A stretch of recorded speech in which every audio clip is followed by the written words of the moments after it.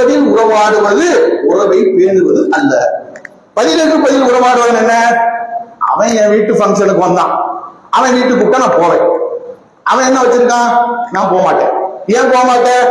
என்னது, உங்க சாச்சா தானே, உங்க மாமா தானே, உங்க அண்ணே தானே, அவன் என் பேச்சை மதிச்சு வந்தானா, நான் போய் கூப்பிட்டேனே, எனக்கு மரியாதை கொடுத்து வந்தானா, நான் எப்படி அவன்ட்டு போவேன்? மதிக்காத வீட்டு நான் போக மாட்டேன். இப்படி உறவை பேணுறோம்ல. என்கிட்ட யாரு வர்றியோ உன்கிட்ட வருவேன், எனக்கு யாரு கொடுக்குறியோ உனக்கு நான் கொடுப்பேன். இவன் கல்யாணத்துக்கு இந்த செய்முறை செய்யறதுன்றதுல பிரமத கலாச்சாரம், அது இன்னைக்கு முஸ்லீம்களுக்கும் இருக்கு அந்த நோய். இவன் என்ன செய்வான்? நோட்டை போட்டு முன்னாடி எல்லாம் டேபிள் போட்டு வெத்தலை பாக்கு வச்சு மொய் எழுதிக்கிட்டு இருந்தான்.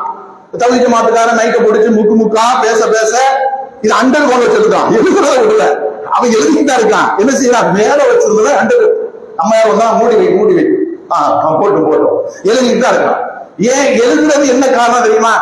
இப்ப யாரெல்லாம் வந்திருக்கு, அச்சரி 500 சர்வீஸ் 1000 ரூபாய் சொல்றாங்க அப்படின்னு பார்த்துட்டு திரும்ப இவங்களுக்கு போய் செய்யணும். இவங்களுக்கு போய் செய்யறதுக்கு தான் எழுதுறான். இதை செய்யலன்னு வச்சுக்கோங்க, சில பேர் நாக்கு மேல பல்ல போட்டு கேட்டுருவான். ஆனா உன் வீட்டுக்கு விசேஷம் வந்து நான் செஞ்சேடா, என் வீட்டுல கையை நினைச்சிட்டு ஒண்ணு எழுதாம போயடா, இப்படி உறவை பேணுறாங்க. இதுக்கு இஸ்லாத்துக்கு சம்பந்தமே கிடையாது. இப்படி உறவை பேணுவது உறவை பேணுவதே கிடையாதுன்னு இஸ்லாம் சொல்லுது. அல்லாஹ்வுடைய தூதர் சொல்றாங்க, பதிலுக்கு பதில் உறவாடுவது உறவை பேணுவது கிடையாது.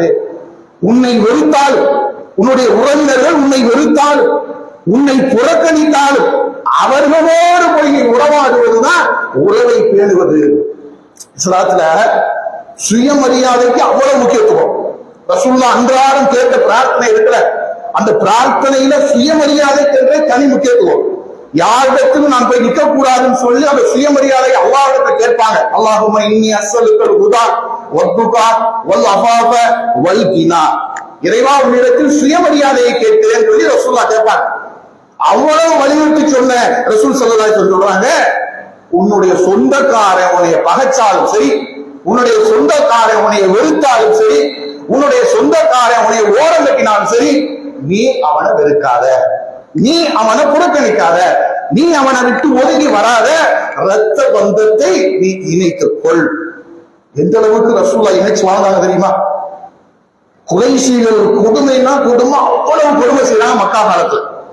ஒரு கட்டத்துல கொடுமை தாங்காம அல்லாஹ்வுடைய தூதர் அல்லாஹ்விடத்துல கையேந்தி, இறைவா யூசுப் நபியுடைய சமுதாயத்துக்கு 7 ஆண்டுகள் தொடர்ச்சியா நீ பஞ்சத்தை கொடுத்திய, அது மாதிரி உங்களுக்கு பஞ்சத்தை கூலியாடலாம் சொல்லி ரசூலுல்லாஹ் கையேந்தி துவா செஞ்சிட்டாங்க. கொடுமை தாங்க முடியாது. பஞ்சம்னா பஞ்சம், சரியான பஞ்சம். எந்த அளவுக்கு அந்த பஞ்சம் மக்கா